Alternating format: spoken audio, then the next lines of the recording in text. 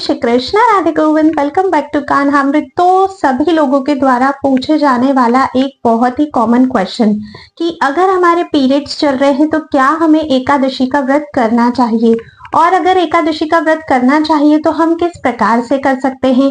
अगर एकादशी वाले दिन ही पीरियड्स आ जाए तो हमें क्या करना चाहिए, और पीरियड्स और एकादशी से रिलेटेड आप लोगों के काफी सारे क्वेश्चन।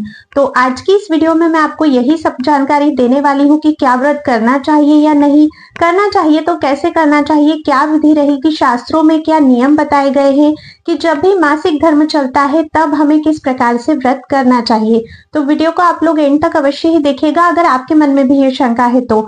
और अगर वीडियो थोड़ा भी पसंद आता है तो हर किसी को शेयर जरूर कीजिएगा जिनके मन में भी ये क्वेश्चन चल रहा है। लेकिन वीडियो शुरू करने से पहले अभी तक अगर आपने चैनल को सब्सक्राइब नहीं किया है तो सब्सक्राइब करके बेल आइकन जरूर प्रेस कर दीजिए ताकि आने वाले सभी न्यू वीडियोस के नोटिफिकेशंस मिलते रहें।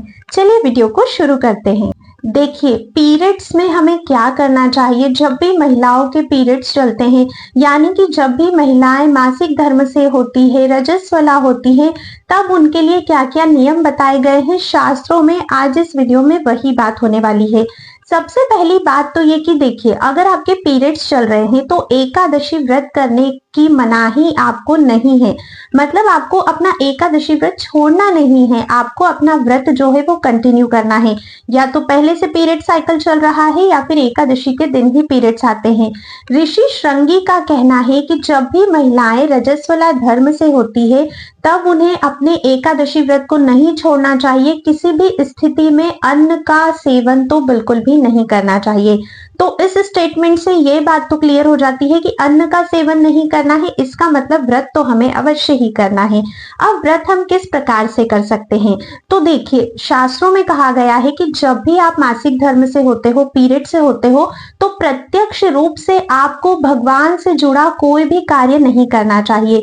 जिसमें अगर आपके घर पर विग्रह सेवा है तो आपको विग्रह को छूना नहीं है, मंदिर की साफ सफाई नहीं करनी है, मंदिर के आसपास की जगह को भी साफ नहीं करना है, भगवान की आरती से रिलेटेड कोई भी कार्य नहीं करना है, उनके लिए फूल माला नहीं बनानी है, उनकी पोशाक आपको नहीं धोनी चाहिए, है ना। मतलब जो भी कार्य पूजा पाठ से रिलेटेड है, भगवान के लिए भोग नहीं बनाना है। बहुत सारे लोग रुई की बत्ती बनाते हैं कि ये तो सूखा है, कपास कहकर, वो कार्य भी आपको नहीं करना है। भगवान की किसी भी, उनके बर्तन को, किसी भी चीज को, जैसे अगर किसी ने भोग भी लगा दिया है तो भगवान के जो बर्तन है वो भी आपको नहीं धोना चाहिए। पहले के समय में क्या होता था कि जो स्त्रियां रजस्वला धर्म में होती थी उनके हाथ का भोजन घर के दूसरे व्यक्ति भी नहीं करते थे। उस समय उन्हें आराम दिया जाता था, और ये सारी बातें हमारे शास्त्रों में ही बताई गई है। आपने बड़ों से भी कई सारी चीजें सुनी होगी, ये नहीं करना, वो नहीं करना, वो नहीं करना, यहाँ हाथ नहीं लगाना। लेकिन अभी सब लोग न्यूक्लियर फैमिली में रहते हैं, कोई और है ही नहीं भोजन पकाने वाला, तो हमें ये कार्य करना पड़ता है। लेकिन वो हमारी मजबूरी है जिसे भगवान देख रहे हैं। अगर आपकी कोई मजबूरी नहीं है तो फिर ये कार्य आपको नहीं करना चाहिए, ऐसी गलती हमें नहीं करनी चाहिए। तो सर्वप्रथम बात करते हैं, भगवान से जुड़ी किसी भी चीज को हमें स्पर्श नहीं करना है। मान लीजिए भगवान के भोग से रिलेटेड कोई सामान मार्केट से लेकर आना है या फिर फूल खरीद के लेकर आना है बाजार से, तो वो कार्य भी आप लोगों को नहीं करना है। घर में और लोग हैं, वो लोग ये कार्य कर लेंगे, ठीक है। अब बात करते हैं कि एकादशी व्रत के संकल्प की। तो जैसे कि मैं अपने वीडियोस में आपको हमेशा बताती हूँ कि एकादशी का व्रत भगवान श्री कृष्ण, भगवान श्री हरि विष्णु की प्रसन्नता के लिए हम लोग करते हैं। और जब भगवान को आप खुश कर रहे हो तो आप संकल्प की आपको कोई आवश्यकता नहीं होती। देखिए, संकल्प उस व्रत में किया जाता है जहां पर आपकी कोई इच्छा है, जहां पर आपकी कोई मनोकामना है। और जब हम भगवान से प्रेम करते हैं ना, जब हम भगवान की खुशी के लिए कोई कार्य करते हैं, तब उसमें अपनी इच्छाएं नहीं जताई जाती। इसीलिए मैं तो पर्सनली कभी भी किसी भी एकादशी व्रत का संकल्प नहीं करती हूँ, और इसका कारण भी मैंने आपको बता दिया है। आगे आपकी इच्छा, अगर आप लोग करना चाहते हैं तो मानसिक रूप से आप लोग इसका संकल्प कर सकते हैं, भगवान से प्रार्थना कर सकते हैं, क्योंकि भगवान को भी पता है कि आप अभी किस समय से गुजर रहे हो, ठीक है। इसके बाद बारी आती है अब पूजा पाठ वगैरह व्रत कैसे करना है। तो देखिए पूजा का तो कोई कार्य आपको करना ही नहीं है, ठीक है, बिल्कुल आपको मंदिर से दूर ही रहना है। भगवान के मंदिर का पर्दा लगवा लीजिए घर में कोई भी है तो।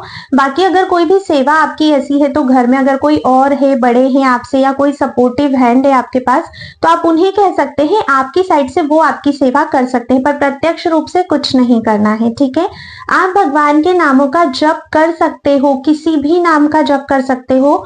आप माला पर मंत्र का जप नहीं कर सकते हो, लेकिन हरे कृष्ण महामंत्र का जप आप पूरे दिन भर कर सकते हो।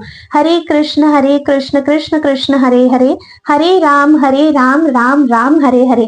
सबसे पहले तो देखिए मैं आपको रूटीन बता देती हूँ। सुबह जल्दी उठना है, ऐसा नहीं है कि पीरियड्स आए हैं तो बहुत देर तक हम लोग सो रहे हैं क्योंकि कुछ काम नहीं करना है, नहीं। एकादशी का व्रत है, आपको जल्दी ब्रह्म मुहूर्त में ही उठना चाहिए। स्नान करिए, स्वयं को शुद्ध करिए और शुद्ध वस्त्र आप लोग धारण कीजिए।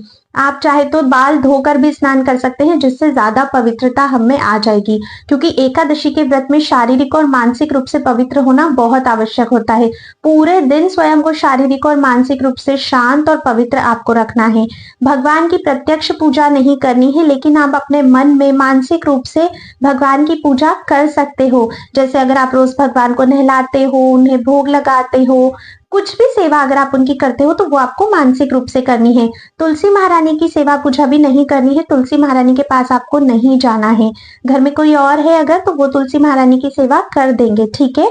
तो आपको तुलसी देवी के पास भी नहीं जाना है। अब आपके पास देखिए आपको खाना नहीं बनाना है, पूजा नहीं करनी है, तो बहुत सारा समय आपको मिलता है।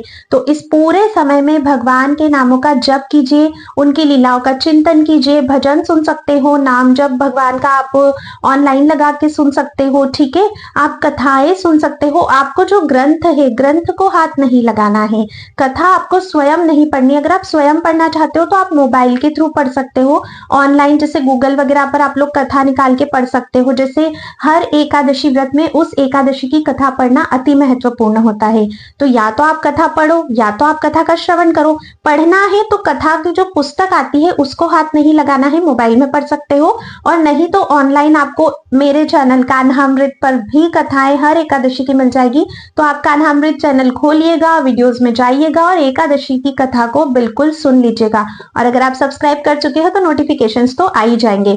तो आप लोग कथा का श्रवण कर सकते हो। पोथी को हाथ नहीं लगाना है, पढ़ना नहीं है, ग्रंथ को किसी को भी हाथ नहीं लगाना है। ऑनलाइन पढ़ सकते हो आप लोग या फिर आप लोग श्रवण कर सकते हो।